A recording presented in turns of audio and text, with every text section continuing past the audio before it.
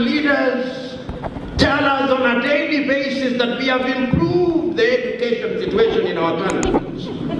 Oh, but ask them to take their children to those schools. No, their children will go to the United States of America.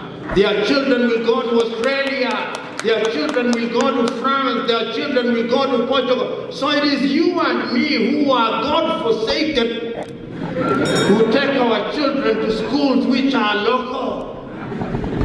Talk of low self-esteem. African leaders have also become hunters and gatherers. Our ancestors gathered wild fruits. In this country, they must have gathered those fruits in the Namib and the Kalahari Desert. In Kenya, they must have gathered them in the Chalbi Desert. But today, our leaders are in the business of gathering cars and buildings and many things. And yet I remember one great philosopher saying that there are people so poor in the world that the only thing they have is money. And there is no shortage of such individuals in Africa, people who engage in primitive accumulation. Our leaders have this habit of accumulating things. Shah Bedel Bokassa even had a bed of gold. But the tragedy is that when you have a bed of gold, even sleep will have deserted you. And what you must do is to take sleeping pills to sleep. But even then you cannot sleep. I'm submitting to us that the problem of Africa, as Chinua Achebe said, is simply and squarely a problem of leadership. That is the problem in Africa. And why do I say so?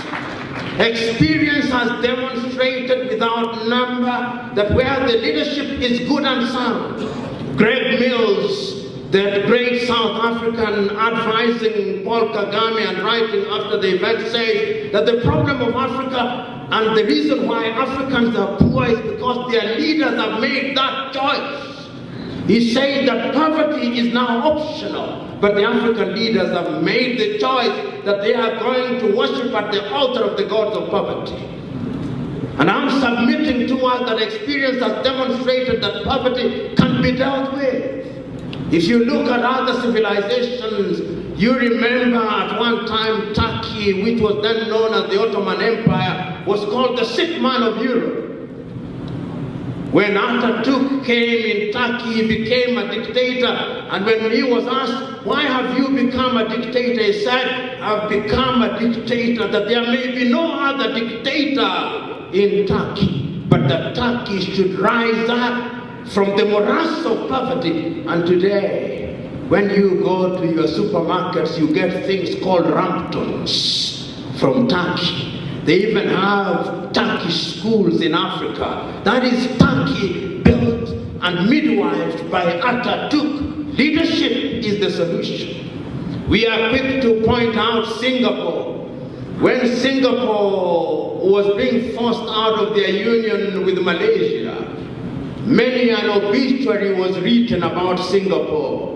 It was said of Singapore that it would go nowhere. This backwater city-state. But live when you recognize that when you marshal your people and lead them into some direction, then they will realize their potential. Today, Singapore has a per capita income of nearly 35,000 United States dollars, and it is properly distributed. It is properly distributed. But the problem of Africa, if you allow me to digress a little, is that the per capita income in Africa doesn't begin to tell the story. The GDP of Africa doesn't begin to tell the story. Because one African leader or one African government minister owns more than his entire village. And the tragedy is that that minister still goes to church on Sunday and says, Our Father who art in heaven, hallowed be thy name, thy kingdom come, and their will be done on earth. And he is the thief of gigantic proportions, stealing living on an industrial scale.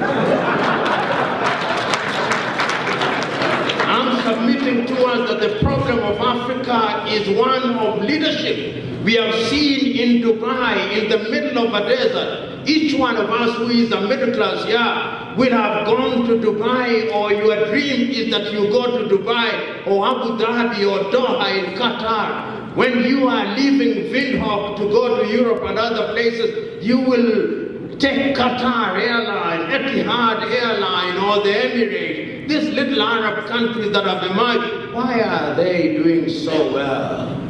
Leadership. It all falls on and rises on leadership.